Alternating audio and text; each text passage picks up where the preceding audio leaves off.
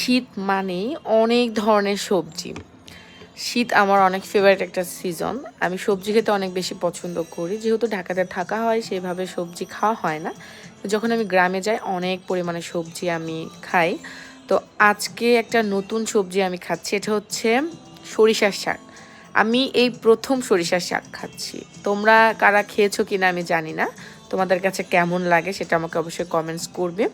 আমার কাছে অনেক ভালো লেগেছে। তার সাথে নিয়েছি হচ্ছে একদম টাটকা বেগুনের চাক ভাজি গরম গরম, আছে হচ্ছে মিক্সড ডাল, আর এখানে হচ্ছে আমার হাতের হোমমেড হচ্ছে আচার। এটা হচ্ছে লেবুর আচার।